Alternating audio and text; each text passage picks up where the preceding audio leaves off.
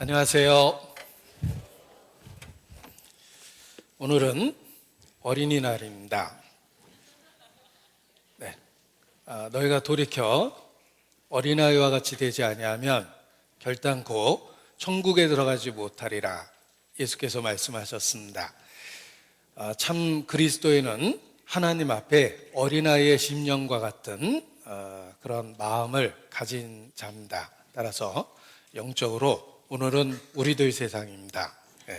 마음껏 주님 안에서 즐거워했으면 좋겠습니다. 함께 기도하시겠습니다. 우리 가운데 역사하시는 거룩하신 아버지 하나님, 아무 소망 없었던 저희를 예수 그리스도 안에서 구원해 주시고 하나님의 자녀 삼아 주신 것 진심으로 감사를 드립니다.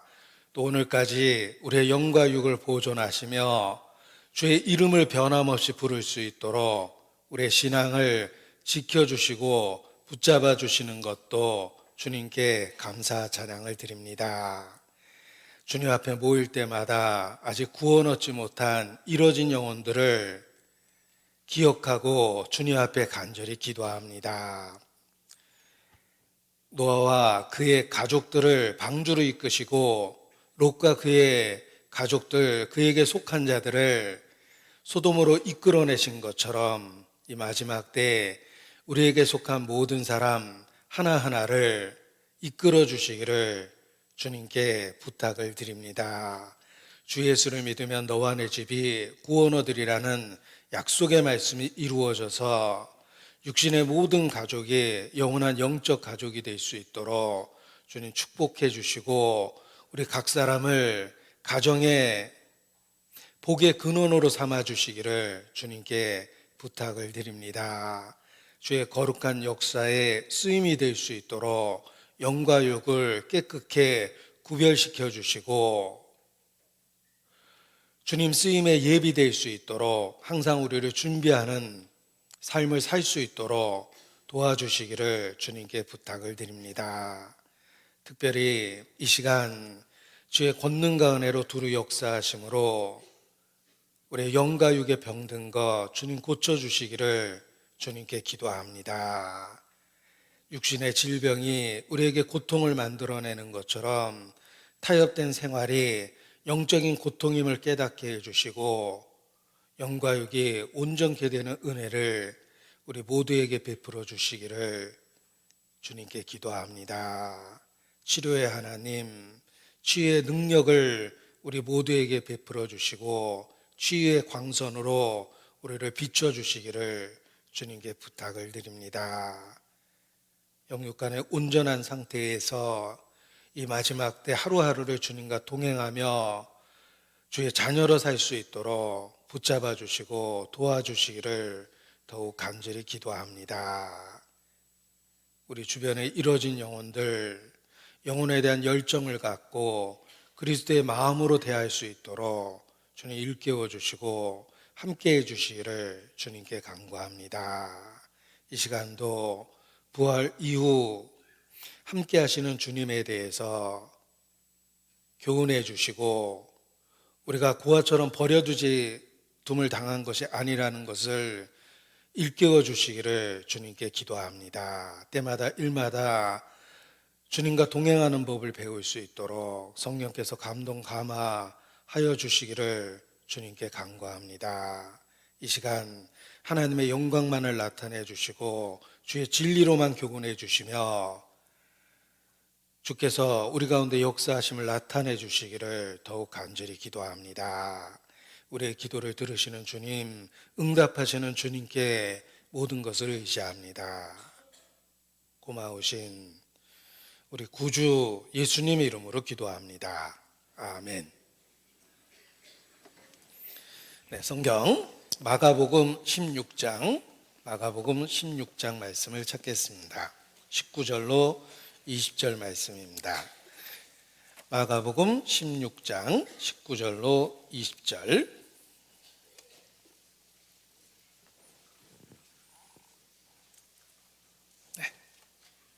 85페이지 19절 말씀부터 제가 읽어드리겠습니다. 주 예수께서 말씀을 마치신 후에 하늘로 올리우사 하나님 우편에 앉으시니라.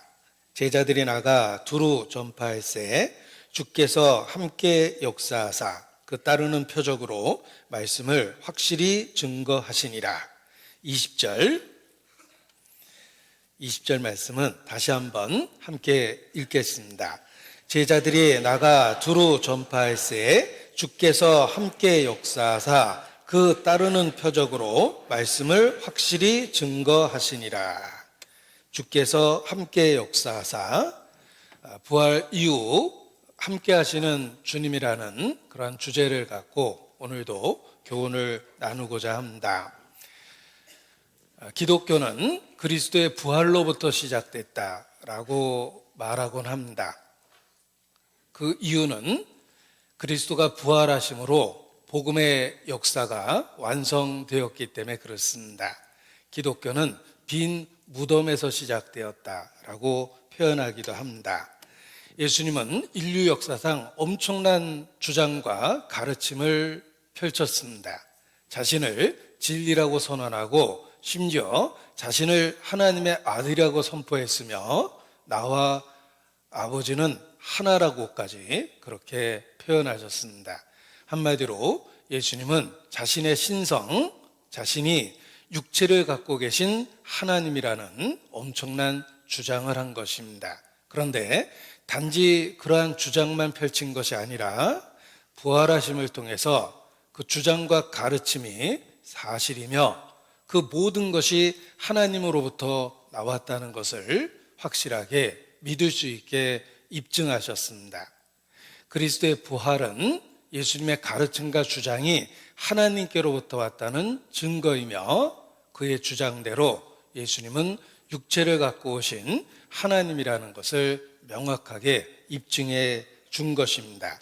그래서 로마서 1장 3절 4절에도 이 아들로 말하면 육신으로는 다윗의 혈통에서 나셨고 성결의 영으로는 죽은 자 가운데서 부활하여 능력으로 하나님의 아들로 인정되셨으니 곧 우리 주 예수 그리스도시니라 라고 선포한 것입니다.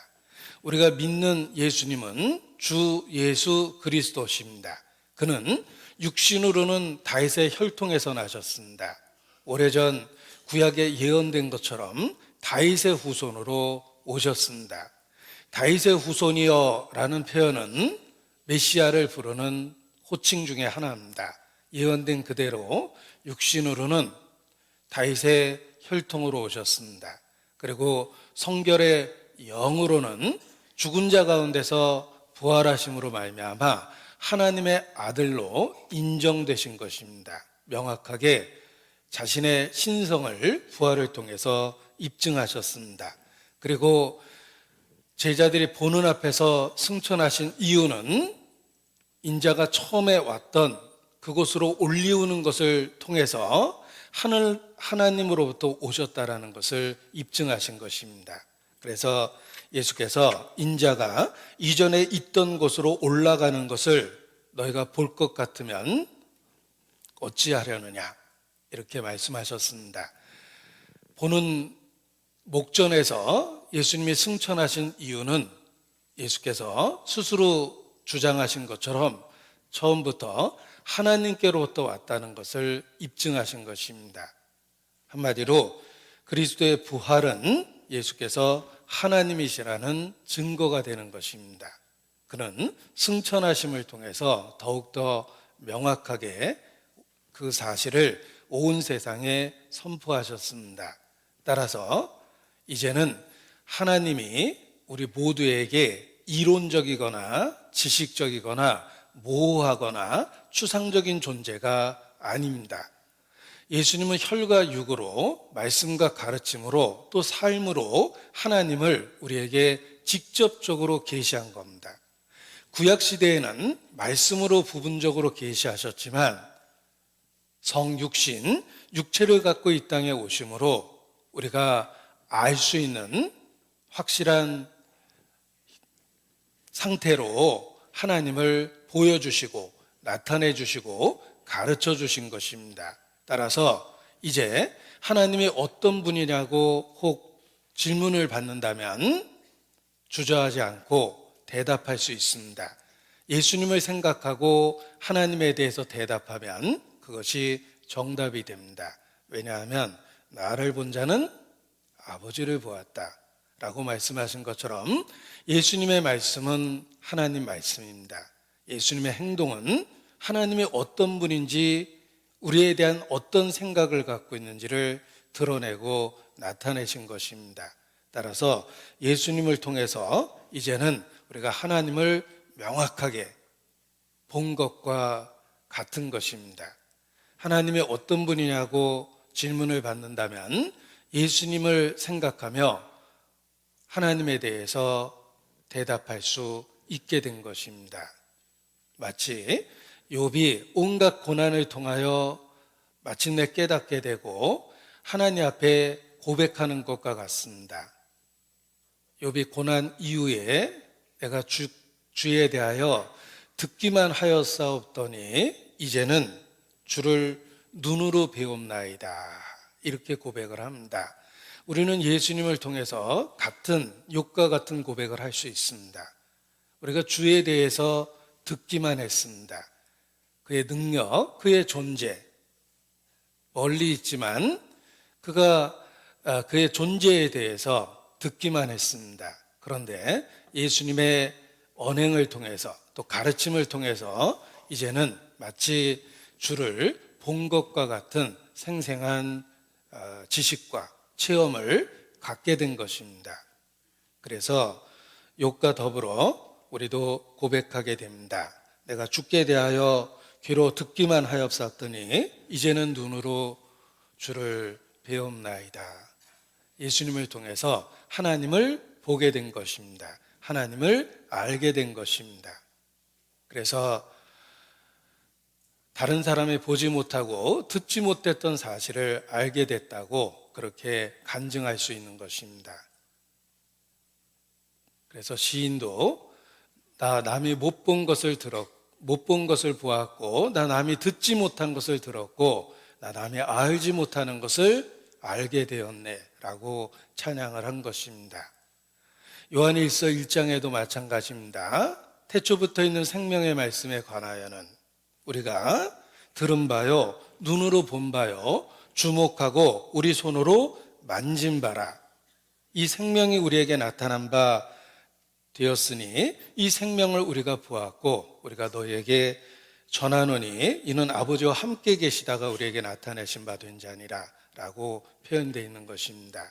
예수님을 통해서 우리는 하나님에 대해서 그런 고백을 할 수 있게 된 것입니다. 요한일서 1장, 제가 지금 소개했던 말씀을 직접 찾겠습니다. 요한일서 1장 1절 2절입니다.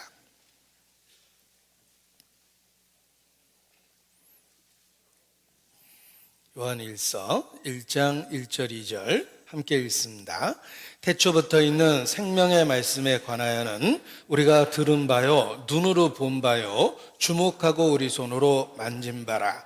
이 생명이 나타내신 바 된지라. 이 영원한 생명을 우리가 보았고 증거하여 너에게 전하노니 이는 아버지와 함께 계시다가 우리에게 나타내신 바 된 자니라. 한마디로 예수님입니다. 우리가 예수님을 알게 되면서 하나님을 알게 되고, 예수님을 보면서 하나님을 보게 되고, 예수님에 대해서 듣게 되면서 하나님에 대해서 듣게 된 것입니다.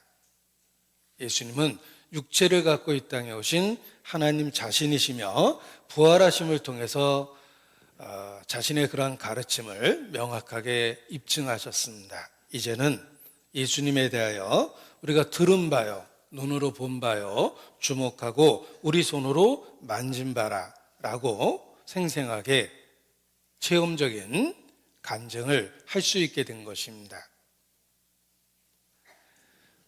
나를 본 자는 아버지를 보았다. 예수님은 부활하심을 통해서 자신이 하나님이심을 명확하게 입증하셨습니다.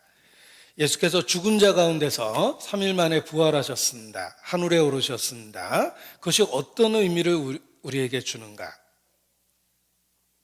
그것은 일회적인 사건이 아니라 부활하시고 승천하심을 통해서 이제 영원토록 우리와 함께 하신다는 증거가 된 것입니다. 부활 이후 우리와 함께 영원토록 계시게 되었습니다. 그래서 제자들이 있는 그곳에 주님이 함께 하셨습니다. 지금도 그렇습니다. 두세 사람이 내 이름으로 모인 것에 나도 그들 중에 있느니라 말씀하셨습니다. 우리 가운데 지금도 함께 하시며 주께서 함께 역사하십니다. 부활 이후 승천하심으로 우리와 함께 이 땅에서 영원토록 있게 되신 겁니다. 그 사실이 중요합니다. 제가 오늘 드리고자 하는 말씀이 바로 그러한 말씀입니다. 부활 이후 주께서 함께 하십니다. 주께서 우리 가운데 함께 역사하십니다. 사실입니다. 우리가 알든 모르든 믿든 안 믿든 이것은 영적인 사실입니다. 그리스도가 죽고 부활하시고 승천하신 것이 사실인 것처럼 우리 가운데 함께 역사하시는 것이 사실입니다. 우리는 믿음을 통해서 그것을 발견하고 깨닫게 되는 것입니다. 이제 다시 오늘 본문으로 읽었던 말씀을 보시겠습니다. 마가복음 16장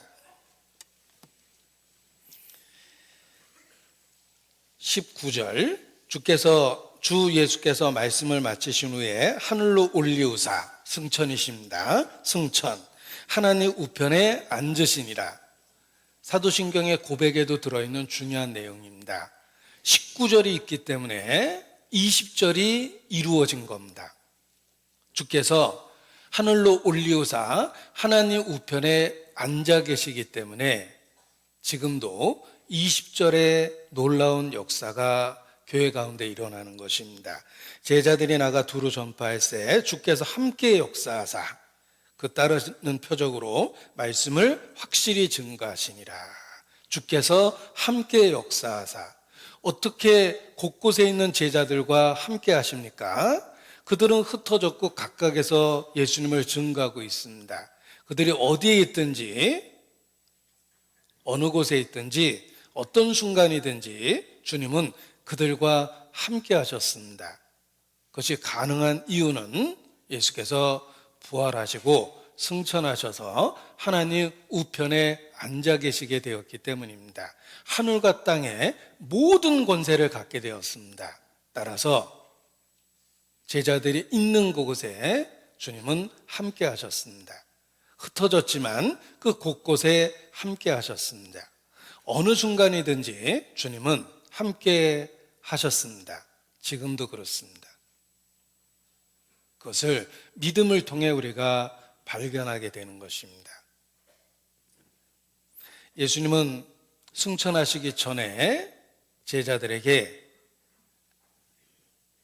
존재의 목적을 분명하게 주셨습니다. 예수님은 단지 우리를 구원하신 것이 아니라 구원받은 이후에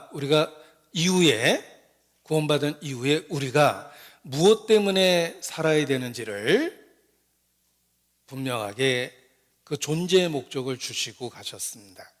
단지 구원하신 것이 아니라 우리가 해야 될 일, 또 존재의 목적을 주신 것입니다. 우리를 왜 이 땅에 남겨두셨을까? 바로 15절 존재의 목적을 주셨습니다. 15절 마가복음 16장 15절을 같이 읽겠습니다. 또 가라사대 너희는 온 천하에 다니며 만민에게 복음을 전파하라. 우리에게 존재의 목적을 주셨습니다.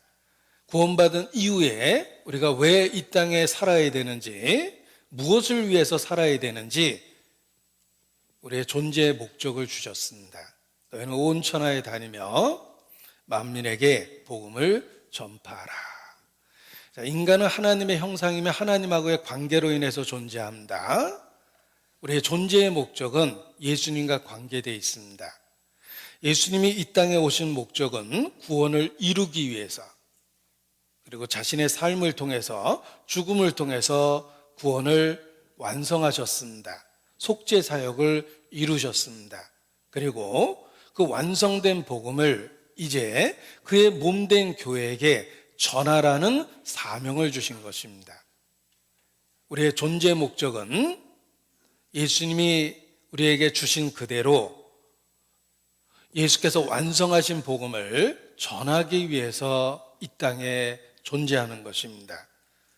예수님은 구원을 이루기 위해서 이 땅에 오셨고, 우리가 이 땅에 있는 이유는 예수께서 완성하신 그 복음의 역사를 전하기 위해서, 복음의 증인이 되기 위해서, 그리스도 사역의 증인이 되기 위해서 우리가 이 땅에 존재하는 것입니다. 그리고 우리에게 그 일만 주시는 것이 아니라 그 역사가 이루어지는 현장에 주님은 여전히 함께 하십니다.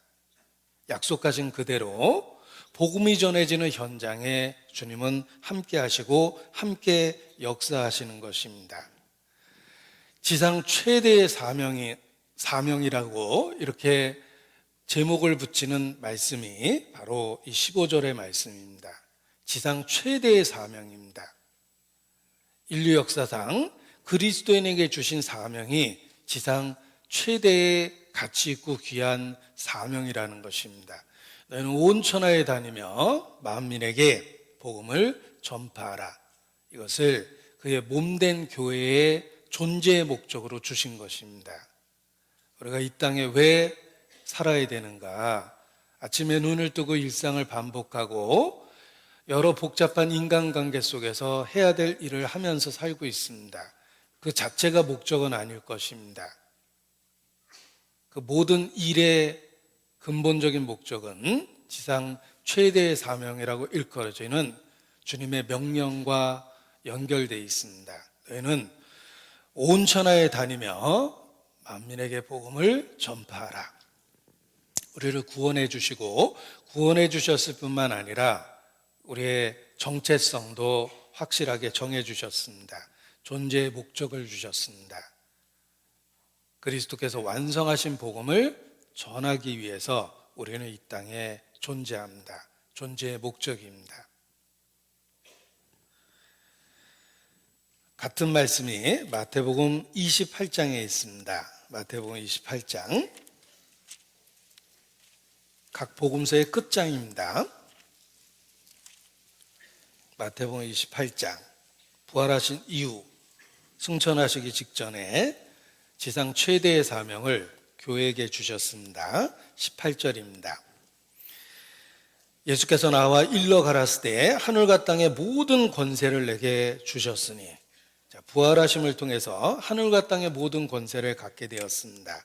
그러므로 너희는, 우리에게도 존재의 목적을 주십니다. 가라는 말은 움직이는 적극적인 전도를 하라, 이런 뜻입니다.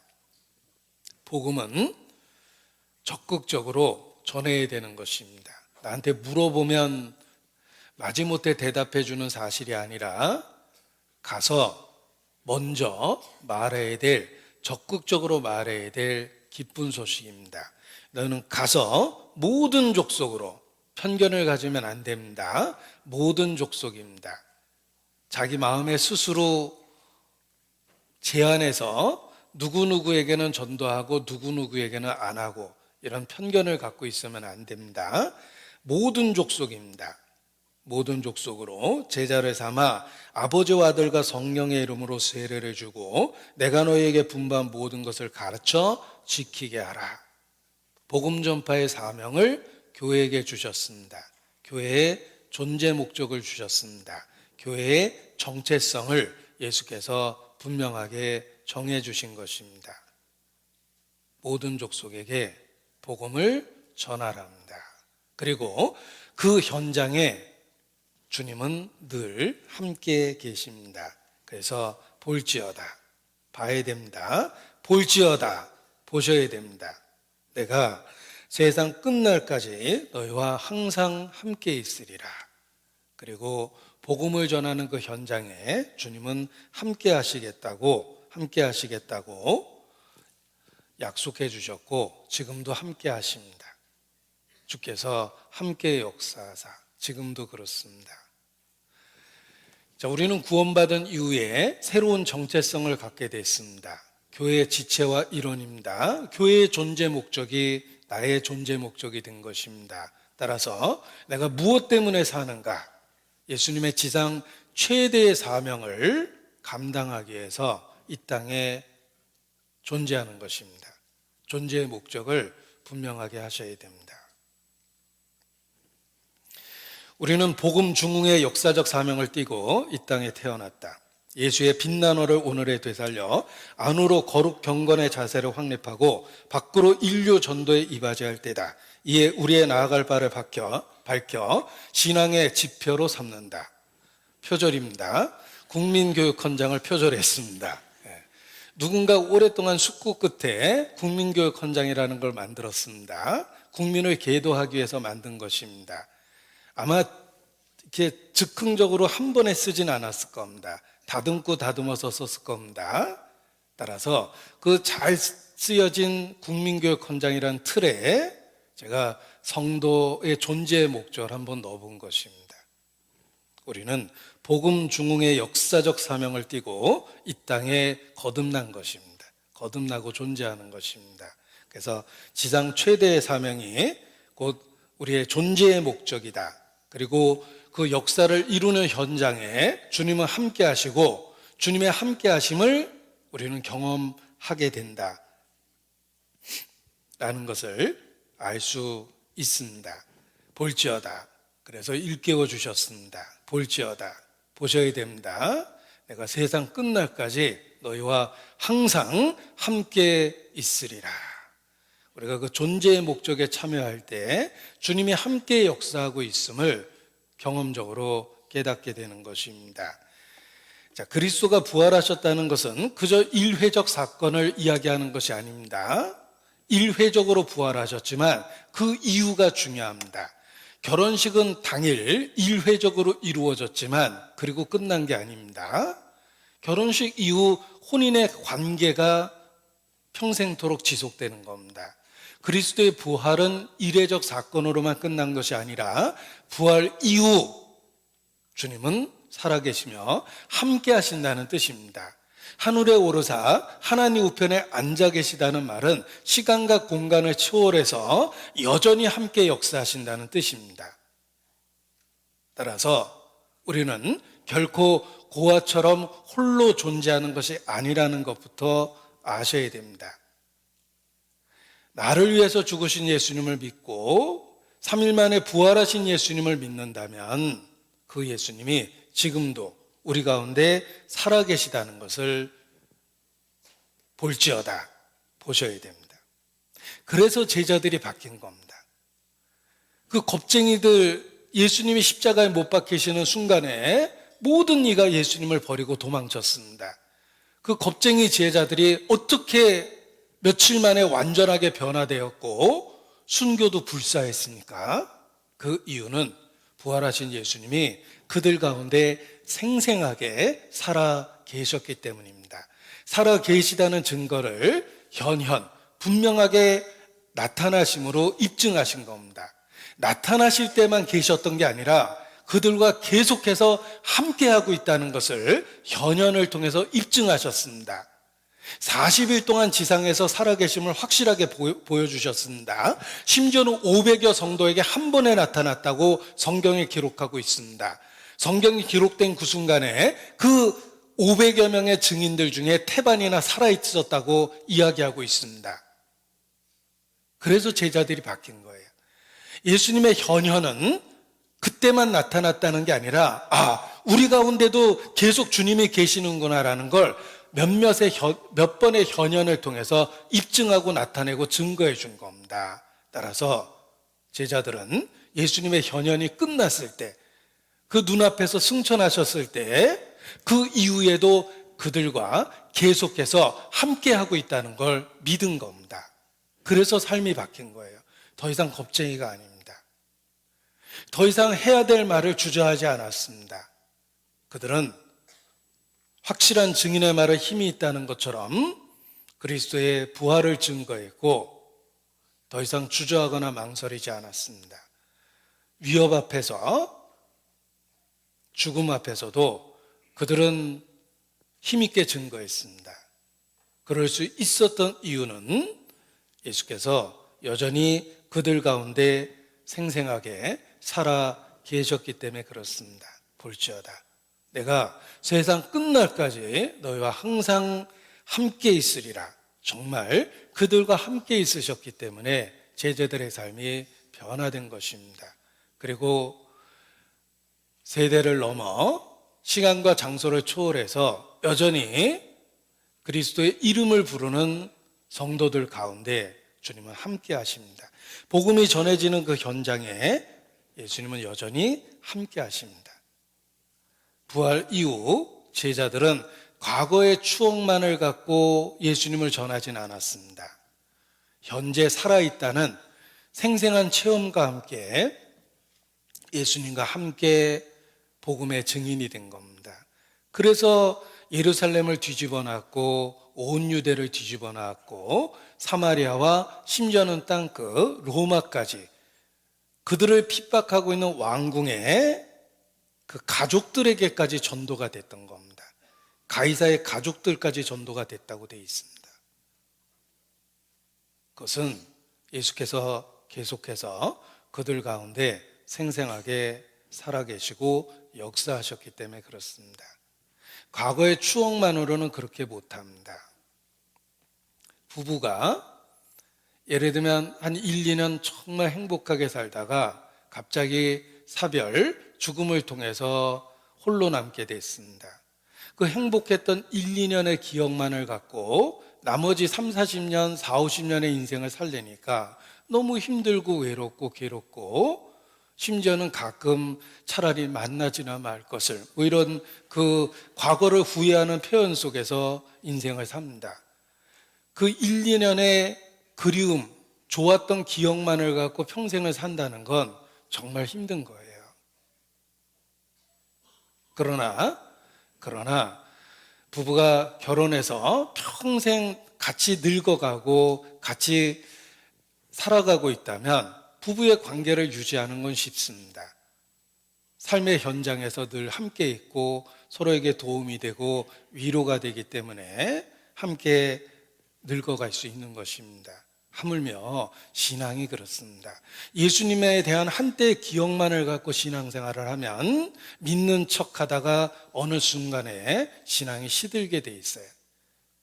잠시 기쁨으로 받지만 신앙 때문에 어려움이 생기면 돌짝밭에 떨어진 씨처럼 뿌리가 깊지 못하므로 습기가 없으므로 말라버립니다. 신앙생활은 그런 것이 아닙니다. 매일매일의 삶 속에서 함께 하시는 주님을 경험하는 것입니다. 제자들이 그러했던 것처럼 초대교회가 강할 수밖에 없었던 이유는 부활 이후 주님은 생생하게 그들의 삶에 그들의 전도의 현장에 살아계시고 함께 역사하셨습니다. 그래서 초대교회가 강했습니다. 지금도 그렇습니다. 볼지어다 내가 세상 끝날까지 너희와 항상 함께 있으리라. 지금도 그러합니다. 우리 가운데 계시기 때문에 우리가 변화받고 매일의 삶 속에서 위로받고 유혹 가운데서도 거절할 수 있고 연약한 가운데서도 강해질 수 있는 것입니다. 부활 이후 주님은 여전히 우리와 함께 계십니다. 어느 목사님은 매 부활절이 돌아올 때마다 예수님의 부활에 대한 설교를 준비했습니다. 해마다 반복되는 일이었습니다. 벌써 수십 년째 부활절이 매년 찾아오고 있고 올해도 부활절이 다가올 때 예수님의 부활에 대해서 습관적으로 부활 설교를 해야 되겠다 생각하고 부활에 대한 설교를 준비하고 있었습니다. 예수님 부활에 관한 모든 구절을 찾아보고 읽어보고 반복해서 읽고 생각하고 묵상하고 정리하고 그런 과정을 통해서 한 편의 설교가 만들어집니다. 그런데 너무나 생생하게 예수께서 살아계시다는 게 한순간에 마음에 와닿기 시작했습니다. 수십 년 동안 해마다 했던 설교인데 올해는 달랐어요. 정말 예수님이 계시다라는, 살아계시다는 확신이 들기 시작했습니다. 성령이 역사하신 거예요. 성령은 예수 그리스도의 사역을 한때 과거에 있었던 일이 아니라 지금 이 순간에 우리에게 경험될 수 있는 일로 만들어 주십니다. 예수님이 부활하셨다는 건 우리가 기독교의 근본적 교리이기 때문에 어디선가 반복적으로 수십 번, 수백 번 듣는 이야기입니다. 그런데 볼지어다 정말 믿음을 갖고 다시 한번 보면 너무나 생생하게 우리 마음에 와닿게 됩니다. 그리고 주께서 함께 하신다는 확신이 듭니다. 주께서 함께 역사하사, 그래서 제자들이 그렇게 힘있게 복음을 전할 수 있었던 것입니다. 우리에게 지상 최대의 사명을 주셨습니다. 모든 족속에게 복음을 전파하라. 그리고 그 현장에 함께 하시겠다는 약속을 주셨습니다. 보라, 내가 세상 끝날까지 너희와 항상 함께 하리라. 일만 주신 게 아닙니다. 그리고 그 일을 할 수 있도록 주님께서 함께 역사하십니다. 우리는 믿음으로 매일의 삶 속에서 우리 가운데 역사하시는 주님을 생생하게 볼 수 있습니다. 히브리서 2장입니다.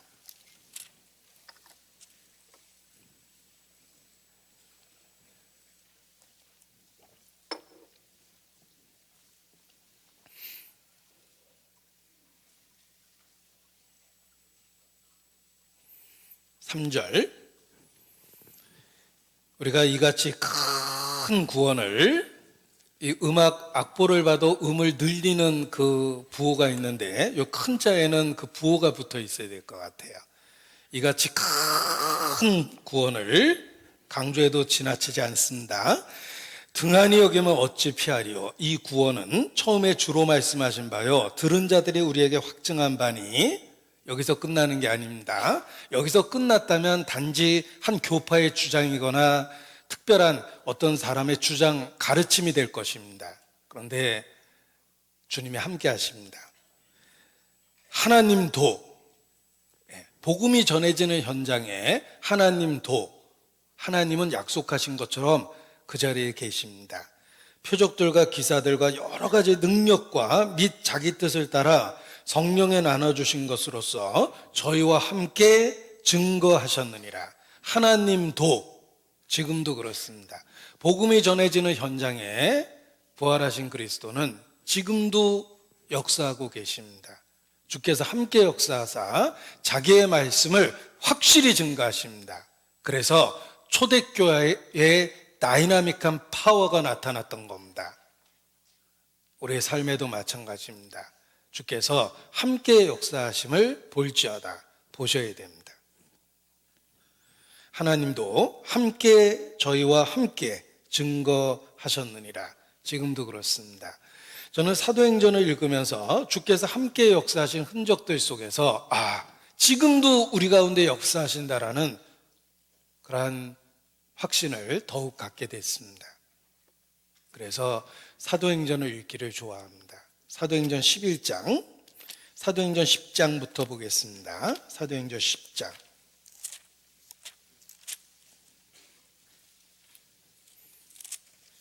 사도행전 10장 44절.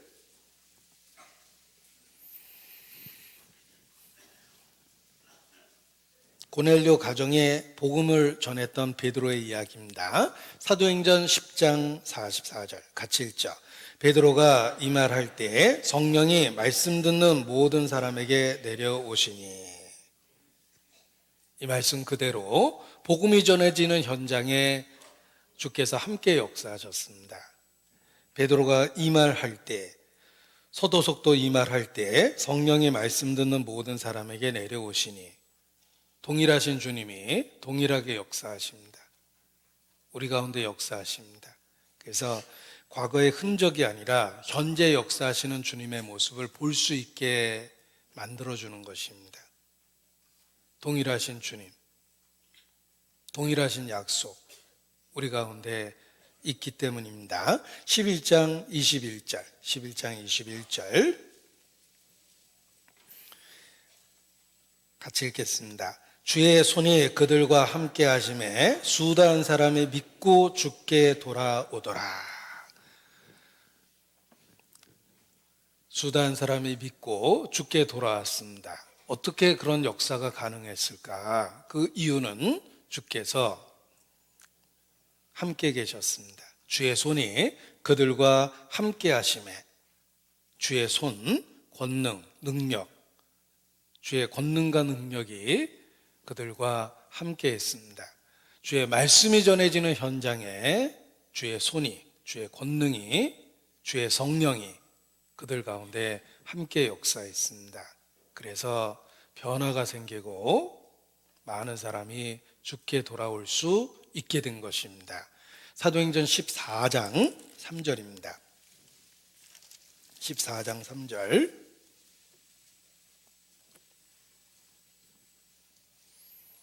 함께 읽습니다.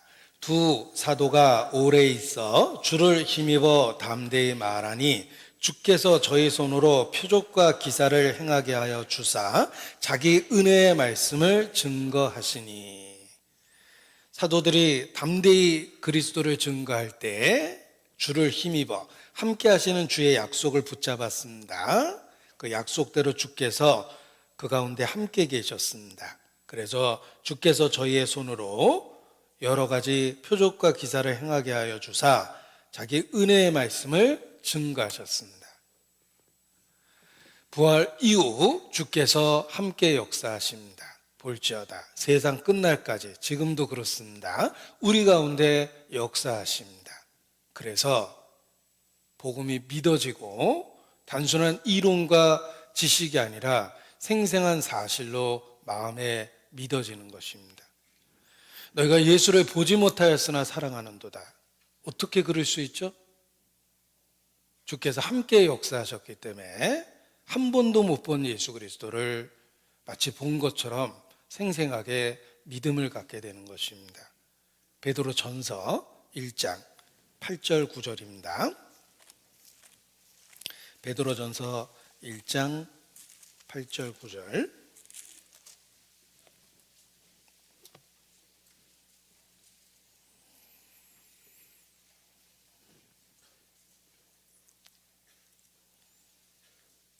예수를 너희가 보지 못하였으나 사랑하는도다. 이제도 보지 못하나 믿고 말할 수 없는 영광스러운 즐거움으로 기뻐하니 믿음의 결국 곧 영혼의 구원을 받음이라.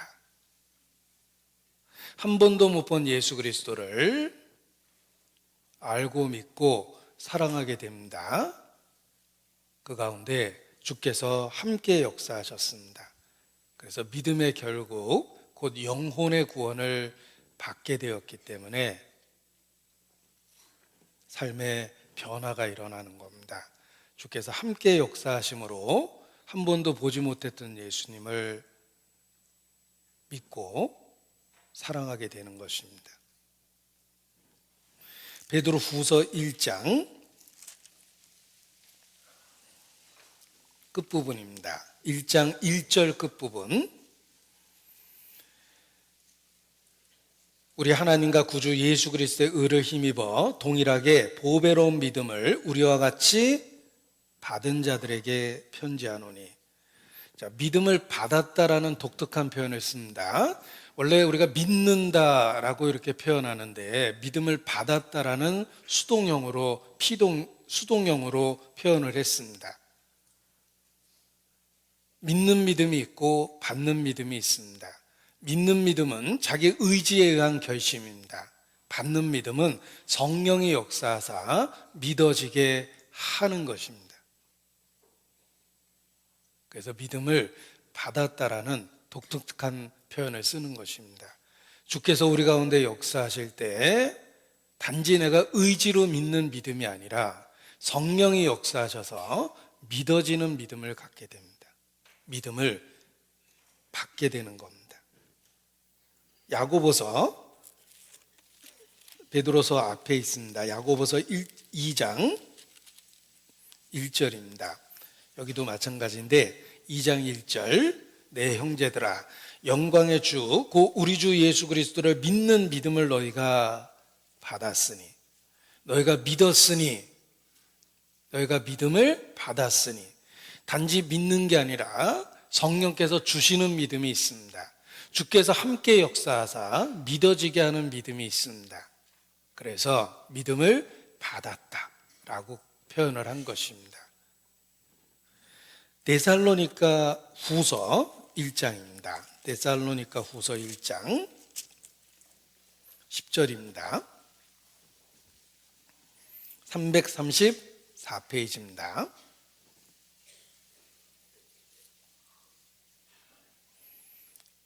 데살로니가 후서 1장 10절 가로친 부분만 같이 읽겠습니다. 우리의 증거가 너희에게 믿어졌음이라. 단지 믿는 신앙 정도가 아니라 주께서 함께 역사하사 믿어지는 믿음을 갖게 됩니다. 우리의 증거가 너희에게 믿어졌음이라. 믿어지는 믿음을 갖게 돼요. 그래서 이 복음이 말로만 너에게 이르신 것이 아니라 큰 확신과 성령과 능력으로 이루어진 것이다. 이렇게 말씀하신 겁니다. 성령은 큰 확신을 일으킵니다. 그래서 우리 마음에 믿어지게 합니다. 씨가 심겨지게 합니다. 성령의 역사입니다. 우리의 증거가 너희에게 믿어졌음이라. 주께서 함께 하신 결과 그러한 변화가 일어나는 것입니다. 우리는 단지 예수님이 죽고 부활하셨다라고 입술로만 고백하는 것이 아니라 부활하신 이후 우리 가운데 함께 하시고 있다라는 것을 마음으로 중심으로 믿어야 됩니다. 사실이기 때문에 받아들이라는 뜻이에요. 우리는 이론 속에, 지식 속에, 교리 속에, 인간의 논리 속에 들어있는 예수님이 아니라 부활하시고 지금도 살아계신 예수님을 믿는 것입니다. 그래서 부활 이후 우리 가운데 지금도 역사하시는 주님을 믿어야 되고 그것을 신앙의 간증으로 입술로 표현해야 됩니다. 주께서 우리 가운데 지금도 역사하십니다. 그래서 어떻게 구원을 얻냐는 질문에 내가 만일 예수를 주로 내 입으로 예수를 주로 시인하며 또 하나님께서 그를 죽은 자 가운데서 살리신 것을 내 마음에 믿으면 구원을 얻으리니 사람이 마음으로 믿어 의에 이르고 입으로 시인하여 구원에 이르느니라. 이렇게 대답을 합니다. 어떻게 구원을 얻을 수 있으리까? 그 질문에 대한 답으로 우리는 로마서 10장에 있는 말씀인데 그 말씀을 인용합니다. 내가 만일 내 입으로 예수를 주로 시인하며 또 하나님께서 그를 죽은 자 가운데서 살리신 것을 내 마음에 믿으면 내가 구원을 얻으리니 사람이 마음으로 믿어 의에 이르고 입으로 시인하여 구원에 이르느니라. 그 구원을 어떻게 얻느냐는 정답 속에 예수 그리스도께서 죽은 자 가운데서 살아난 것, 곧 하나님께서 그를 살리신 것을 마음에 믿으면 구원을 얻는다고 이렇게 표현되어 있습니다. 그리스도의 부활은 일회적 사건으로 끝나는 게 아니라 지금도 살아계셔서 우리 가운데 역사하시고 있다는 것을 마음으로 받아들여야 됩니다. 사실이기 때문에 그렇습니다. 이것이 그리스도의 부활을 믿는 신앙입니다. 단지 역사적 사실, 교리적 내용으로 믿는 게 아니라 현재도 나와 부활 이후에 함께 하시고 있다는 것을 믿음으로 받아들여야 됩니다. 사실이기 때문에 받아들이라는 뜻입니다. 믿음은 사실이 아닌 것을 믿으라는 뜻이 아니라 사실이기 때문에 인정해야 된다는 뜻을 갖고 있습니다. 사실을 근거로 믿음이 선 겁니다. 사실 자체가 잘못됐다면 헛된 믿음입니다. 그러나 그리스도가 지금도 우리 가운데 생생하게 살아계신다는 건 사실이기 때문에 그것을 마음으로 믿으라고 이야기하는 것입니다. 그리스도는 우리 가운데 지금도 살아계십니다. 에베소서 3장입니다. 에베소서 3장 17절입니다.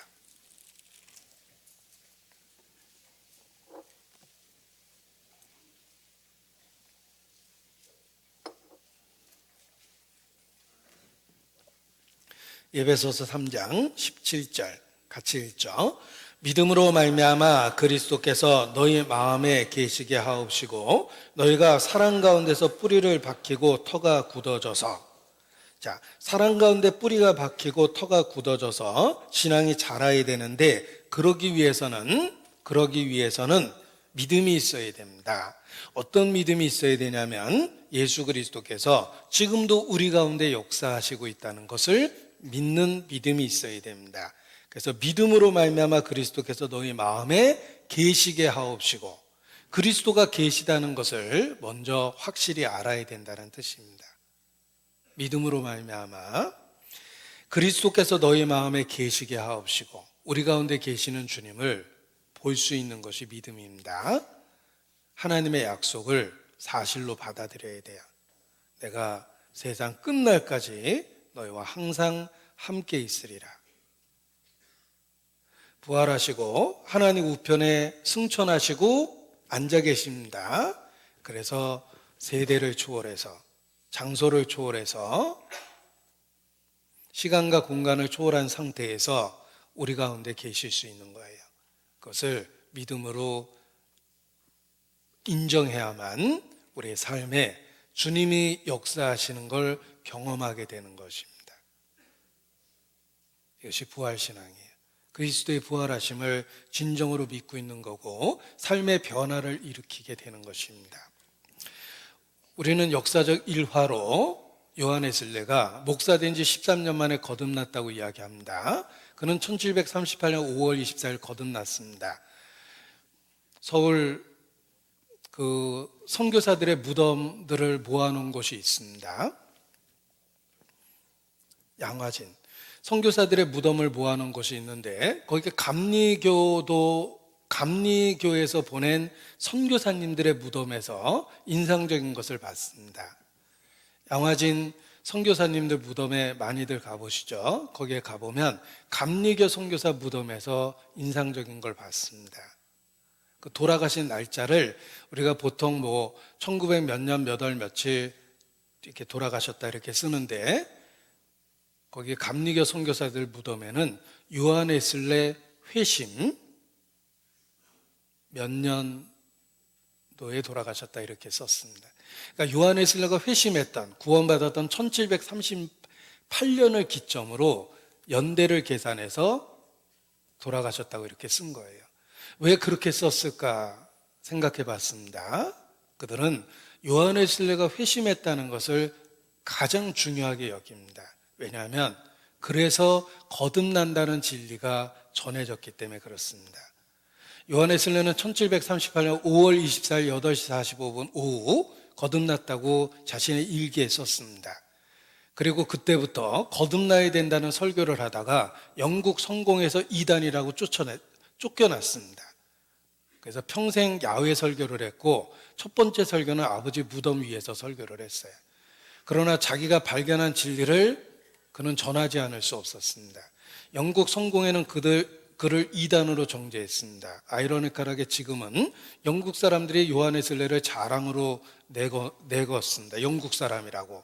그러나 그 시대에는 이단이라고 정죄받았습니다. 그 요한웨슬레를 따르는 무리들이 메소디스트라고 해서 감리교도가 된 거예요. 요한웨슬레는 1738년 거듭났습니다. 나면서부터 유아 세례를 받았고 모태신앙이라고 자부했고 목사가 됐습니다. 13년 만에 거듭났어요. 정말 그리스도께서 살아계시다는 걸 생생하게 알게 됐습니다. 요한웨슬레가 거듭난 일화가 아주 유명합니다. 그 계기가 된 사건이 유명합니다. 그가 영국에서 미국으로, 당시 식민지 중에 하나였던 미국으로 영국에서 전도를 갔습니다. 배를 타고 오랜 여행을 하는데 배가 풍랑을 만났습니다. 침몰할 위기에 빠졌는데 얼마나 두려웠는지 모릅니다. 기도가 안 됐어요. 불안해서. 마음의 안정이 다 깨졌습니다. 불안하고 두려웠습니다. 죽음 앞에서 어쩔 줄 모르고 있는데 찬송 소리를 들었어요. 너무나 평안하게 찬송을 부르고 있었습니다. 누가 부르는지 가보니까 당시 모라비안 교도라고 자기들이 이단이라고 따돌렸던 사람들입니다. 그들이 너무나 평안하게 찬송을 불렀습니다. 당신들은 배가 침몰할 것 같은데 무섭지도 않습니까? 우리는 곧 주님 앞에 갈 것 같습니다. 그래서 찬송을 부르고 있습니다. 어떻게 그런 신앙을 가질 수 있습니까?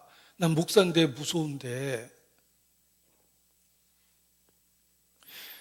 그때 모라비안 교도가 당신은 예수 그리스도를 아십니까? 이런 질문을 합니다. 목사한테 그런 질문을 했으니까 평소 같으면 화를 냈을 텐데 정말 자기가 주님을 알고 있는지, 주님이 자기를 알고 있는지 스스로 의문이 생겼어요.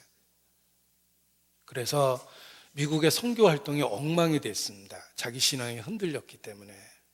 그러다가 본국으로 돌아와서 우연히 모라비안 교도들의 모임에 갔다가 루터의 로마서 서문을 읽는 것을 듣고 예수님만이 자기의 참된 구세주라는 강한 확신이 마음에 생겼고 마음이 뜨거워지기 시작했다. 그날 거듭났다고 이야기합니다. 요한의 슬레가 충격을 받은 이유는 그들의 신앙이 자기와 달랐기 때문입니다.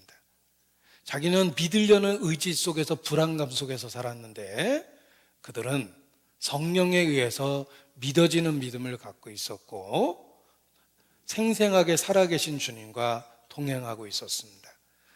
처음에는 모라비안 교도를 하도 이단이라고 해서 따돌렸는데 배에서 같이 생활하면서 모라비안 교도에 대한 인식이 바뀌었어요. 그들은 죽음 앞에서 평안한 것뿐만 아니라 평소에 그 배에서 가장 모범적인 생활을 하고 있었기 때문입니다. 그들은 경건했고 그들은 구별되어 있었고 그리고 배에서 가장 그 사람들이 싫어하는 일을 골라서 그들이 했습니다. 그들은 여러 봉사에 동원돼서 너무나 기쁜 마음으로 그 배에 온갖 그 허드렛 일을 다 했답니다. 어떻게 저런 사람들이 다 있을까? 그들의 삶의 모습 속에서 이미 감동을 받았던 요한에슬레는 죽음 앞에서 두려워하지 않는 그들의 신앙이 자기와 다르다는 걸 알았습니다. 그래서 요한에슬레가 충격을 받고 자신의 신앙을 되돌아본 겁니다. 그리고 돌아왔을 때, 미국에서 돌아왔을 때 동생도 목사입니다. 찰스 웨슬레 목사죠. 자기가 만났던 모라비안 교도들에 대한 이야기를 하고 혹시 내 신앙이 잘못된 게 아닐까, 정말 확신이 주어지는 그런 믿어지는 신앙이 있지 않을까, 이렇게 동생에게 고민을 털어놨을 때 동생의 첫 번째 대답은 아이 형, 그런 믿음은 세상에 없어. 영국에서 그런 믿음을 가진 사람이 어디 있겠어. 다 그런 거지. 그런 대답을 듣고 위로를 받았는데 그런 대답을 했던 찰스 웨슬레가 형보다 먼저 거듭나게 됩니다. 정말 믿어진 거예요. 그러니까 요한 웨슬레가 더 답답해진 상태에서 요한 웨슬레가 그 다음에 그 모라비안 교도들의 모임에 갔다가 확실하게 거듭나는 체험을 하게 됩니다. 요한 웨슬레는 원래 목사였습니다. 죽음 앞에서 불안하고 두려워했던 그때의 믿음은 무엇일까? 요한 웨슬레는 자기 의지와 결심 정도의 믿음만 있었던 거예요. 성령에 의해서 주어지는 확신과 변화를 경험해 보지 못했습니다. 한마디로 거듭난 적이 없는 거예요. 그리스도의 영이 없으면 그리스도의 사람이 아니라 성령은 복음을 사실과 진실로 우리 마음에 일깨워주고 그리스도를 교리 속에 나타나는 분이 아니라 우리의 삶 속에 실제로 살아계신 분으로 생생하게 증거해 줍니다. 그래서 삶의 변화가 일어나는 겁니다. 초대교회가 그러했고 요한 웨슬레가 거듭난 이후에 그러했습니다.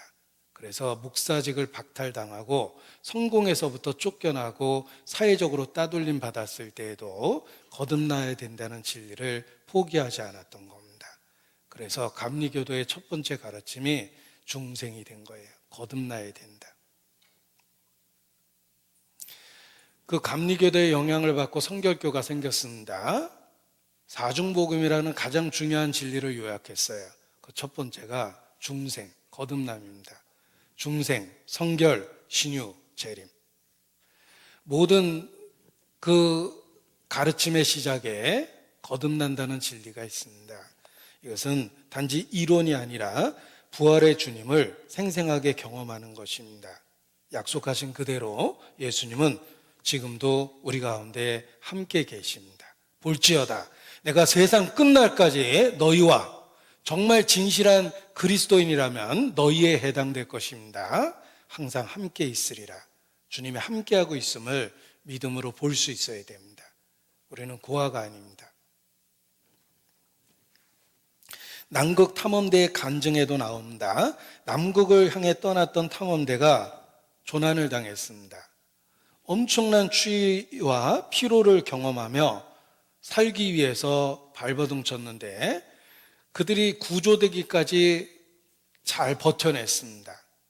그런데 그 극한의 조난길을 사람들에게 소개했을 때 어떻게 그런 추위와 고통을 견뎌낼 수 있었을까? 그들은 신앙을 갖고 그 고통을 견뎌냈다고 간증을 했습니다.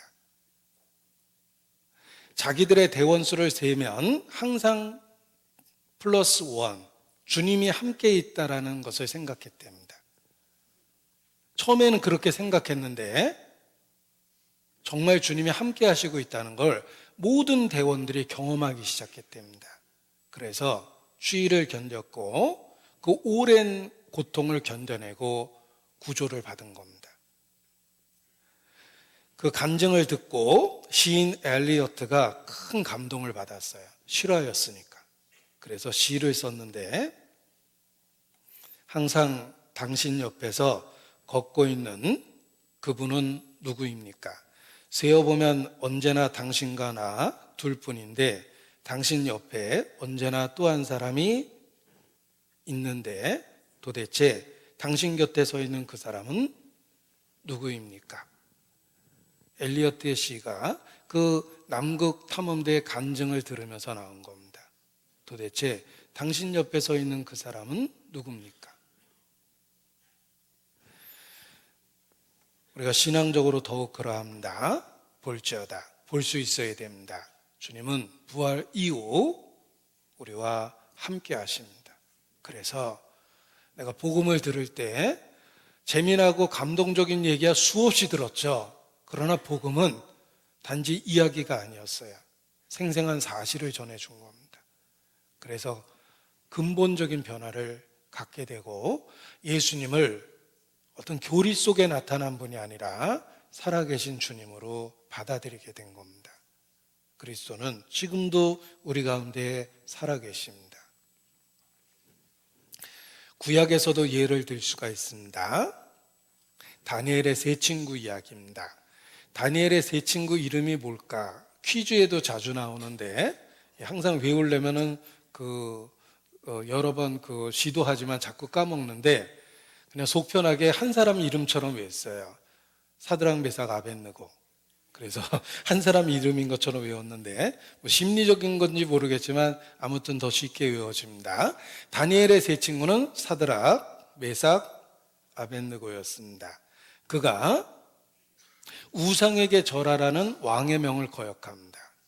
당시에 왕은 신의 대리자 같은 엄청난 권한이 있었던 사람입니다. 생사 박탈권이 있었죠.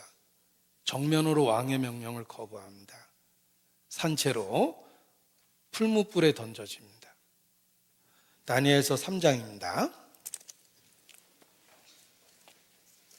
왕이 얼마나 화가 났든지 그 세 친구를 잡고 있었던 사람들이 타 죽을 정도로 막 재촉을 했습니다. 불에 던져버립니다. 다니엘서 3장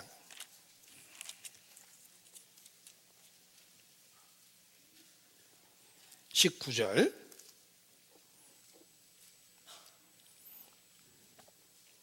이 다니엘서 3장을 천천히 읽어보면 그 풀무불에 던져지기까지 과정이 기록되어 있습니다.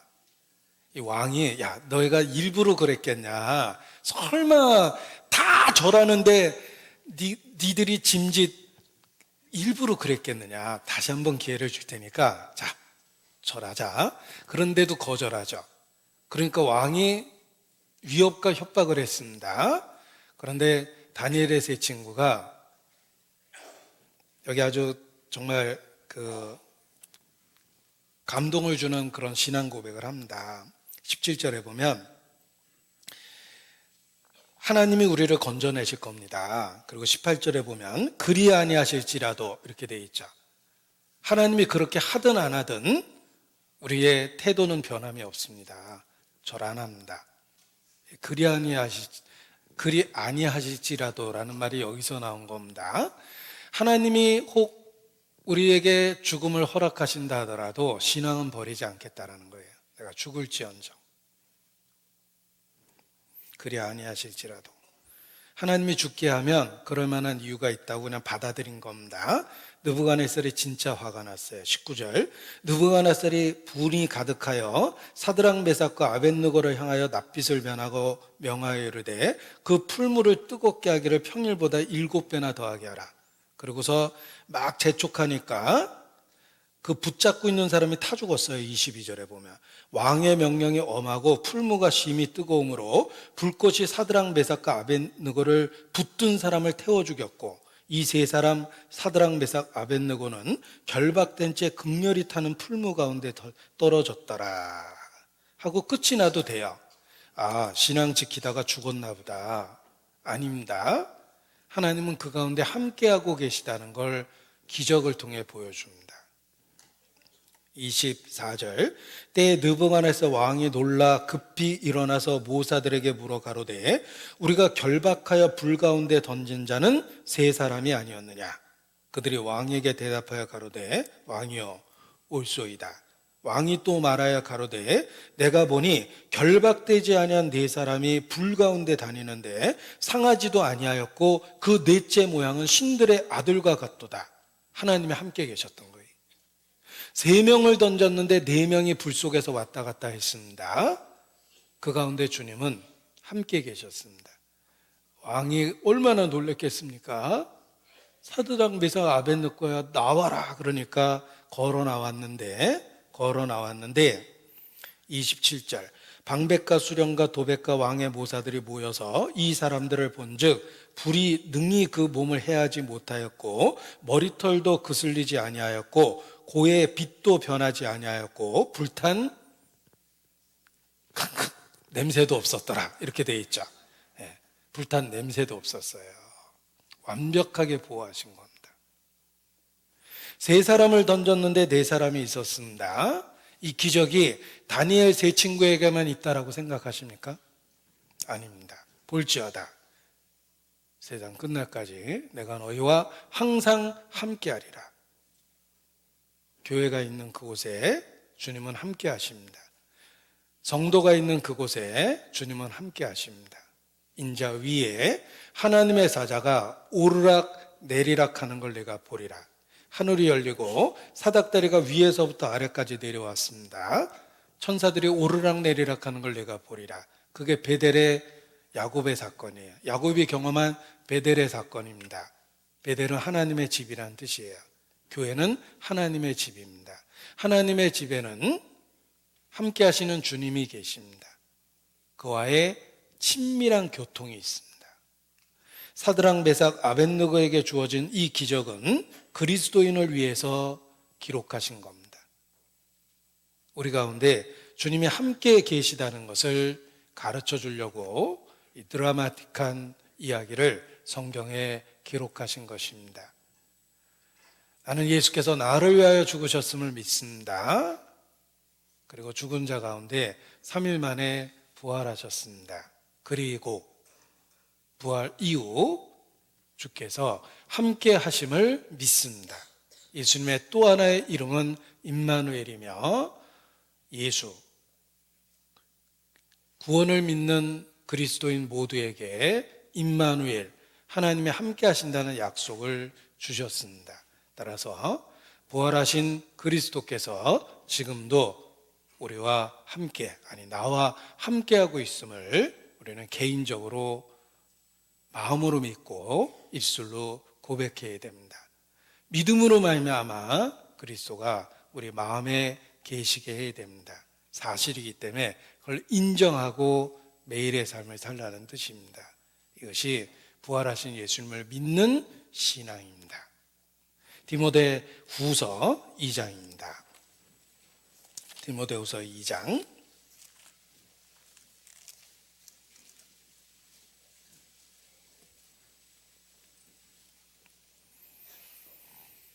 디모데후서 2장 8절 같이 읽겠습니다.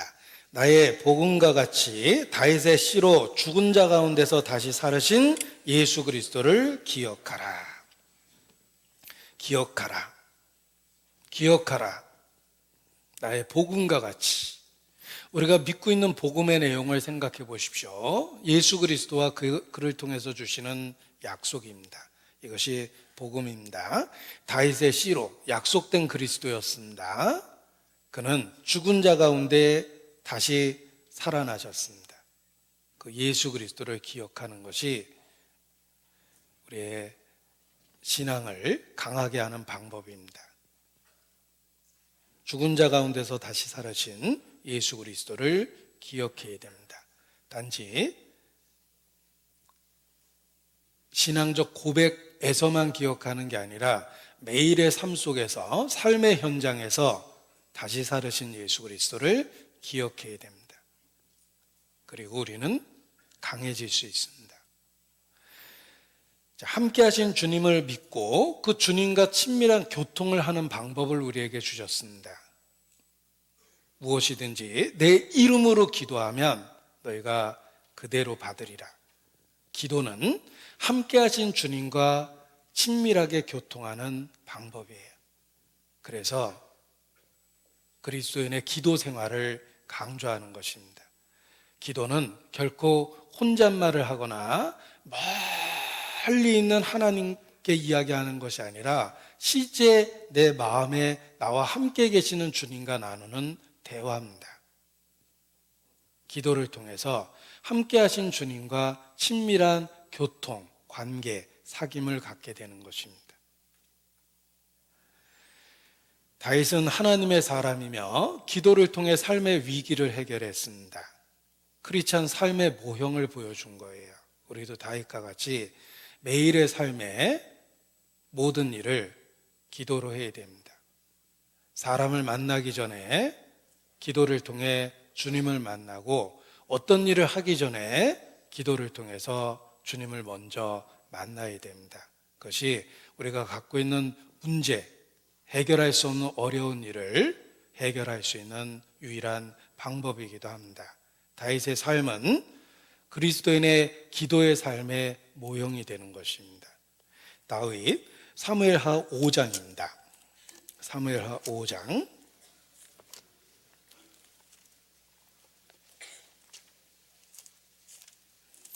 다윗이 위기를 어떻게 해결했나 보십시오. 사무엘하 5장 22절입니다. 471페이지.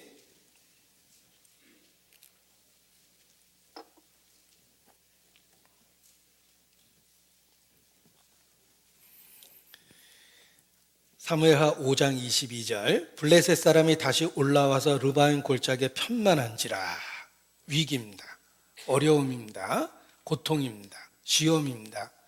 다윗에게도 그런 일이 있었습니다. 23절. 다윗이 여호와께 묻자온대. 이것이 다윗이 그 위기를 해결한 방법입니다.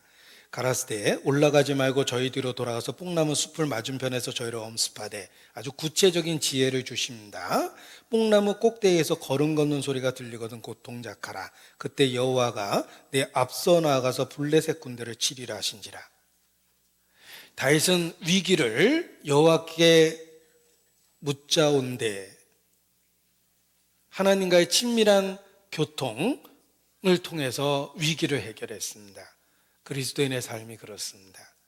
우리의 삶에 블레셋도 있고 가나안 7족속도 있습니다.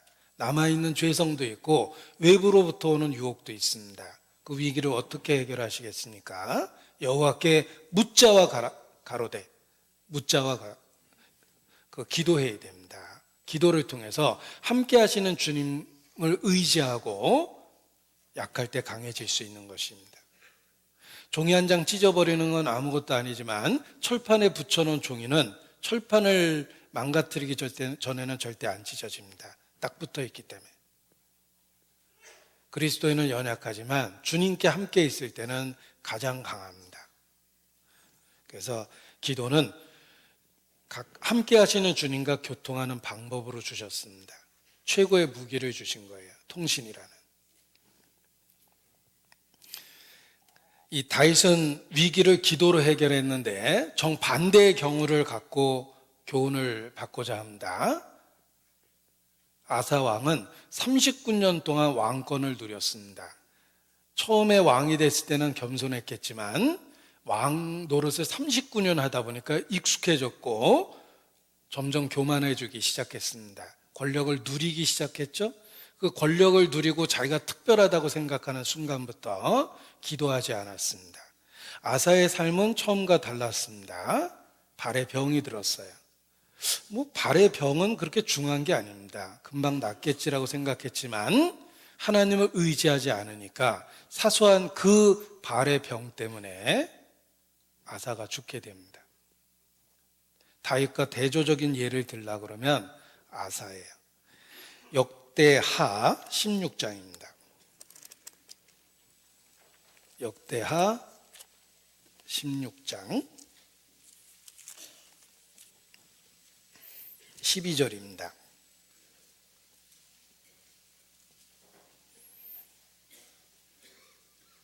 12절 역대하 16장 12절 아사가 왕이 된 지 39년에 왕노릇 39년 하니까 권력이 익숙해졌고 그리고 교만해지기 시작했습니다. 나중엔 선지자가 이야기해도 하나님 말씀으로 들리는 게 아니라 저 노인네가 이렇게 들린 거예요. 그러니까 10절에 보면 아사가 노하여 선견자를 옥에 가두었으니 나중에 이제 권력에 의해서 교만해진 상태입니다. 12절 아사가 왕이 된 지 39년에 그 발이 병들어 사소하게 생각했죠? 발인데 쉽게 낫겠지. 유능한 의사도 많잖아. 심히 중하나 병이 있을 때 저가 여호와께 구하지 아니하고 의원들에게 구하였더라. 아사가 위에 있은 지 41년에 죽어. 결국은 발에 병들었다가 죽게 됩니다. 다윗은 모든 위기를 기도로 해결했습니다. 그래서 하나님의 사람입니다. 아사는 왕권을 누리고 하나님의 말씀을 무시하고 선견자를 핍박하고 발에 병이 들었을 때 하나님께 구하지도 않습니다. 그러다가 결국은 발에 병이 들어 죽게 됩니다. 이것이 아사입니다. 그래서 아사의 경우가 또한 반대되는 경우이기 때문에 우리에게 교훈이 됩니다. 제가 누구라고 그랬죠? 아사. 아사 발음하기 나름인데요. 아싸 이렇게 발음하면 또 다르게 들리죠. 아사는 인간적으로 교만했습니다. 하나님께 구하지 않았습니다. 그래서 사소한 질병을 해결하지 못하고 그로 인해서 죽게 되는 겁니다. 큰 위기지만 기도로 해결할 수 있습니다. 작아 보이는 문제지만 하나님께 의지하지 않으면 그 작은 것 때문에 멸망하는 게 사람입니다. 사람은 하루살이에게라도 눌려 죽을 자라고 그렇게 말씀하셨습니다. 눈에 보이지 않는 바이러스가 증식하면 인간은 죽기도 합니다. 인간이 얼마나 보잘것없는지를 일깨워 주는 것입니다. 오늘 말씀드린 제목 자체가 제가 계속해서 드렸던 말씀의 핵심입니다. 부활 이후 함께 하시는 주님, 주께서 함께 역사하사 예수님은 부활하신 이후에 계속해서 우리 가운데 살아계시다는 것입니다. 초대교회의 힘은 예수님이 부활하시고 그들과 계속해서 함께 하셨다는 믿음을 가졌기 때문입니다. 교회 역사 속에서 연약한 가운데서도 강해진 많은 그리스도인의 비결은 주님께서 그들 가운데 살아계시다는 생생한 믿음을 가졌기 때문입니다. 이 마지막 때 우리가 매일의 삶을 그리스도인으로 승리하며 살 수 있는 비결은 볼지어다 내가 세상 끝날까지 너희와 항상 함께 있으리라 라는 약속의 말씀을 붙잡는 것입니다. 단지 교리 속에 존재하는 예수님이 아니라 현재 나의 삶 가운데 여전히 살아 역사하시는 주님을 인정할 때 우리의 삶에 변화가 일어납니다. 그리고 함께 하시는 주님을 인정하면 주님이 보시는 것처럼 세상을 봅니다. 세상을 보고 사람을 봅니다. 주님이 보시는 것처럼 보니까 세상 사람 부럽지 않습니다. 세상 것들 아무리 많은 것을 갖고 그것을 자랑한다 하여도 마음에 흔들림이 없습니다. 왜냐하면 주님과 함께 주님이 보는 것처럼 그것들을 보기 때문에 그렇습니다. 근데 주님으로부터 분리되고 떠나서 세상에 속하고 세상이 보는 것처럼 세상 것을 보면 화려하고 부럽고 열등감이 생기고 매일의 삶에 그냥 반복되는 삶에 의한 고통만 느껴집니다. 잘못된 겁니다. 주님과 함께 있어야 됩니다. 함께 하시는 주님을 인정하고 주님이 보시는 것처럼 세상을 보고 유혹을 보고 그리고 주님이 약속하신 영원한 것을 실제로 보고 매일의 삶을 살아야 됩니다. 이것이 부활신앙을 갖는 것이며 부활하신 주님과 동행하는 그리스도인의 삶입니다. 주께서 함께 역사하사 지금도 그렇습니다. 오늘 어린이날입니다. 어린이 여러분을 위해서 제가 5분이라도 일찍 끝내려고 굳게 결심했고 하나님이 그 결심을 축복해 주셨습니다. 마치겠습니다. 기도하시겠습니다. 아버지 하나님, 우리에게 소망을 주시고 그 소망을 지켜주시고 소망을 생생하게 경험할 수 있게 만들어 주시는 것 주님께 감사를 드립니다. 우리의 연약함을 고백하고 더욱더 매일의 삶에서 살아계신 주님과 동행하기를 바라고 원합니다.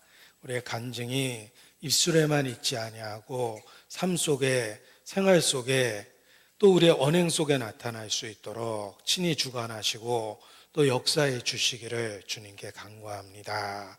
마른 뼈를 일으켜 주의 군사로 사용하신 것처럼 우리의 마른 심령에 성령의 능력으로 역사해 주시고 이 마지막 때 주의 군사로 살 수 있도록 도와주시기를 주님께 간구합니다.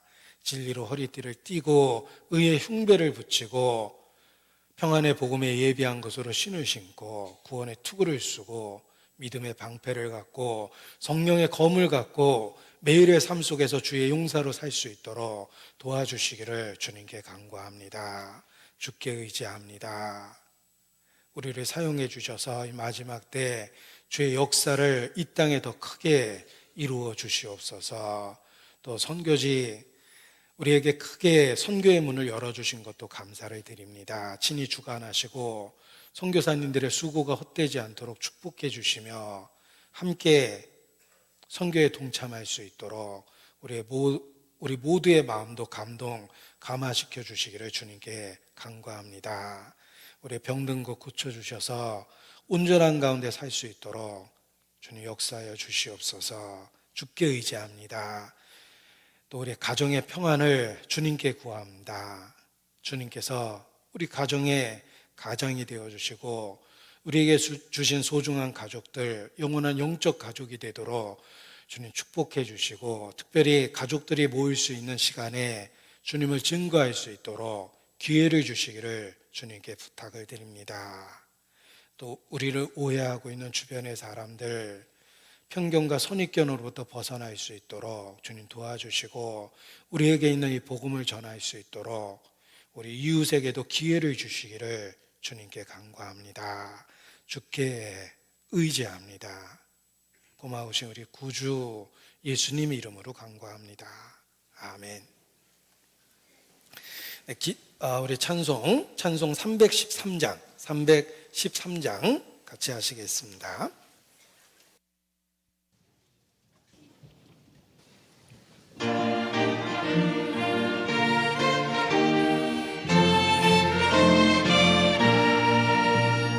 갈 길을 밝히고 이시니 주 앞에 빨리 나갑시다. 우리를 찾는 구주 예수 보도라 하시네.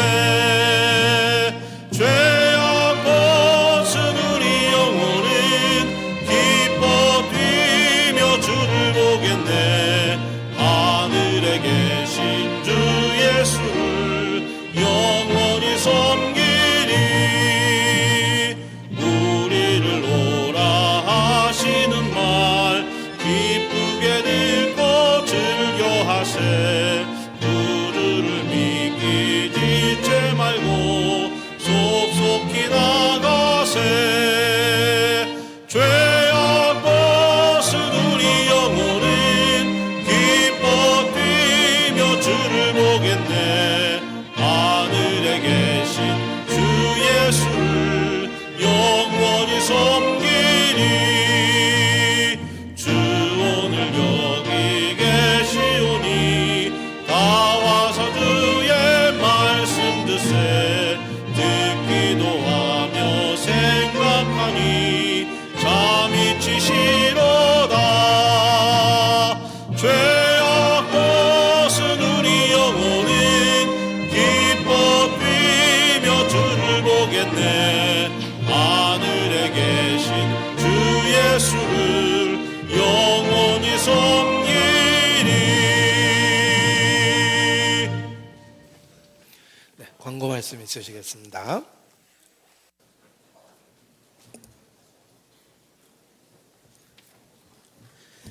잠시 광고 말씀드리겠습니다. 교회 소식지를 참조해 주시기 부탁드립니다. 교회 소식지 헤드라인은 학예수양입니다. 이제 학예수양 일정이 자세하게 안내되어 있습니다. 저희들 5차에 해당되어서 8월 3일부터 8월 6일까지 기간이 확정되었습니다. 이 기간 위하여 미리미리 살피셔서 휴가 계획도 잡으시고 또 전도의 계획도 잡으셔서 지금부터 대비하는 그런 시간으로 활용하셔야 될 것 같습니다. 오늘 아시는 것처럼 가정의 날입니다. 오늘 모든 교재가 다 생략되고 바로 귀가하게 됩니다. 가족들과 각별한 정을 나누는 귀한 시간 되시길 부탁드립니다. 오늘 출차하실 때 꼭 기억하셔서 한꺼번에 다들 귀가하시다 보니까 출차하실 때 혼잡한 그런 상황이 됩니다. 꼭 우회전하셔서 출차해 주시고 좌회전 차량들은 우회전하셔서 유턴해서 돌아가실 수 있도록 부탁을 드리겠습니다. 지하 식당 및 지금 교회 리모델링 공사가 지금 원활하게 진행되고 있습니다. 이를 위해서 저희들 2019년 특별 헌금 이제 계속 지금 진행되고 있고 또 우리 성도님들이 많이 참여해 주셨습니다. 저번 주까지 참여해 주신 분이 517명 참여해 주셨습니다. 그리고 10억 9,838만 원 이렇게 작정 참여해 주셨는데요.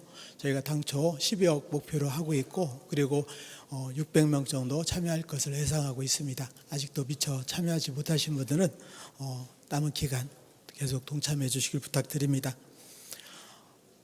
세계 선교 전심전력 총동원의 해에 걸맞게 지금 저희들 같은 마음으로 이 일을 위해서도 함께 동참하는 기회를 마련했습니다. 세계에 정말 힘있게 하나님이 복음의 문을 열어주셨고 또 성령의 역사를 통해서 활발하게 증거되고 있는 현장을 지난번 목사님도 보셨고 저도 잠깐이나마 다녀오면서 그걸 느낄 수 있었습니다. 저의 작은 수고가 저희 전국교회가 함께하는 이 일에 동참하는 기회가 됩니다. 그 은혜에 한 분 빠짐없이 참여해 주시기를 부탁드리겠습니다. 니모델링 공사 관계로 내일은 교회당 전체 전기가 차단이 됩니다. 올스톱되기 때문에 전기를 계속 켜져 있는 상태에서 유지가 돼야 되는 그런 장비들도 있을 수 있고 각 실에서 점검해줘야 할 장비들이 있을 수 있습니다. 꺼진 뒤에 다시 켜줘야 되는 그런 장비들은 꼭 기억하셔서 착오가 없도록 대비해 주시기 부탁드리겠습니다. 마지막으로 성도 동정 말씀드리고요. 나머지 교회 소식들은 잘 살펴주시기 부탁드립니다. 전입 소식 그리고 입원 소식이 있습니다. 기억하시고 유로해 주시길 부탁드리겠습니다. 군입대 51구역 방창 형제님 이제 화요일 날 군입대 하게 됩니다. 잠깐 나와서 인사하는 시간 갖도록 하겠습니다. 우리 방기범 형제님, 허나님 자매님 둘째인가요? 첫째인가요? 잠깐 와서 알려주시죠. 예.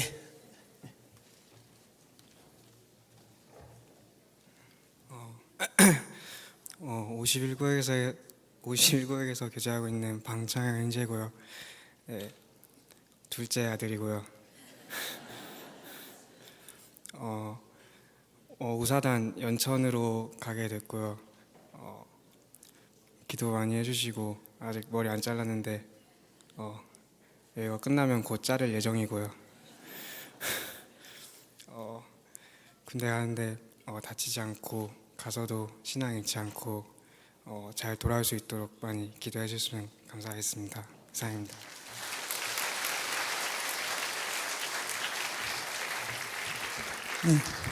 머리 깎을 비용이 없어서 보태줬습니다. 예, 이상 과거 마치겠습니다. 안녕히 돌아가십시오.